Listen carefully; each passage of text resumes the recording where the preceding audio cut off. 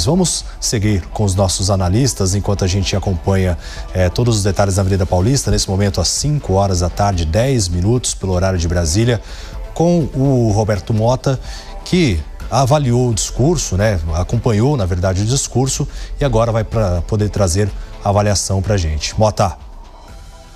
David, foi um discurso emocionante. A primeira-dama é extremamente articulada, ela fala muito bem, ela mostrou que tem o dom da palavra.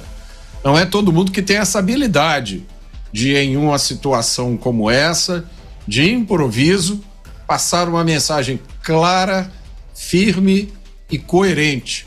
Especialmente porque a ex-primeira-dama está extremamente emocionada. No Brasil, há muitas pessoas que, se pegassem o microfone nessas condições, começariam a dizer bobagens. A internet está cheia de exemplos aí. Agora, a emoção dela é visível.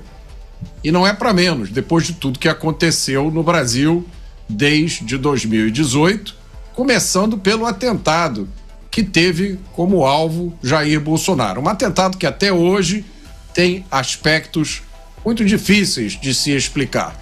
E terminando nessa situação absolutamente irreal que se vive hoje no Brasil.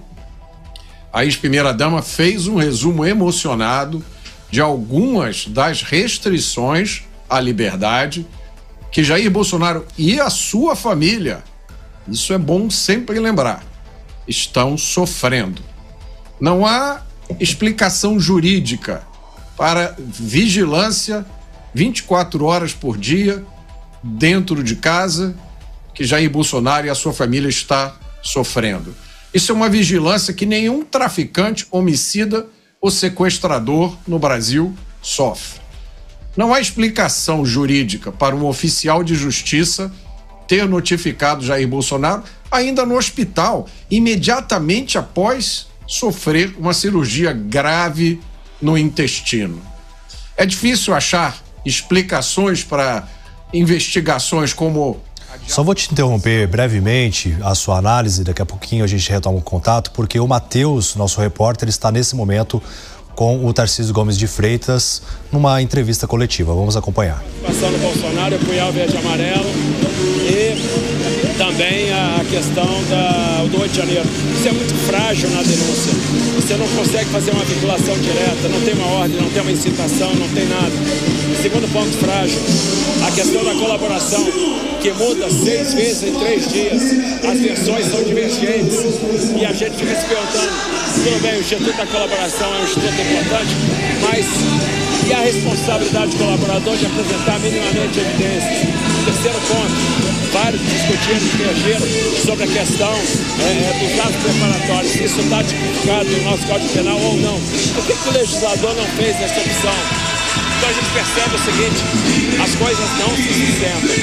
Então a gente vai tirar a liberdade de pessoas por muitos anos e aquelas pessoas que já foram julgadas 14, 15, 16, 17 anos, sem poder de fato apresentar sua defesa, sem de fato ter uma responsabilidade, sem conduta individualizada, pessoas estão sendo condenadas por atacar o Estado Democrático de Direito, e elas tinham noção do que estava acontecendo.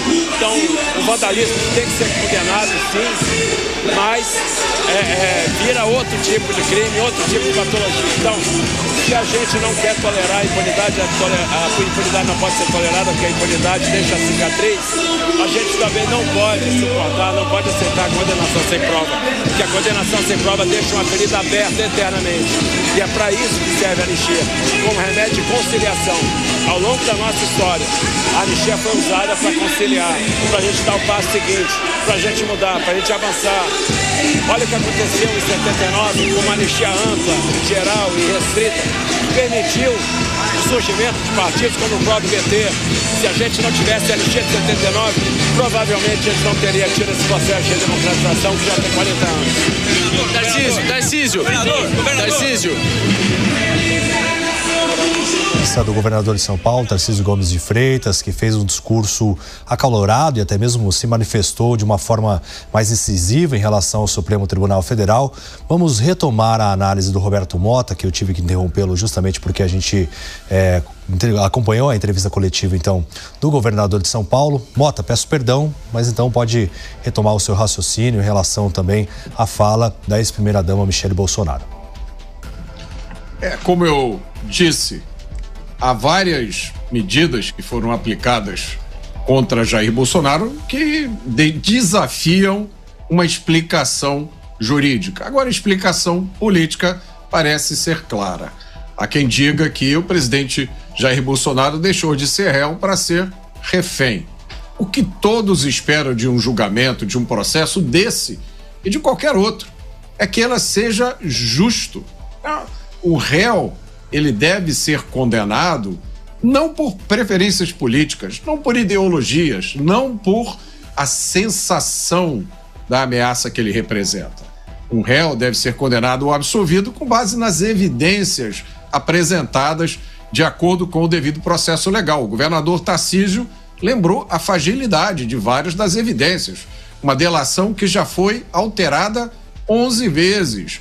Uma minuta de golpe apócrifa que não tem assinatura. Você imagina, você tem uma empresa, um funcionário seu imprime na sala do lado um documento falando de um planejamento do crime e aí alguém diz, olha, você está envolvido nisso? Não, mas eu não tenho nada com isso, eu não sabia nem que ele estava imprimindo. É importante lembrar, David, que essa semana, aqui no Brasil, provas contra um dos políticos acusados na Lava Jato foram anuladas. Essa é apenas a anulação mais recente.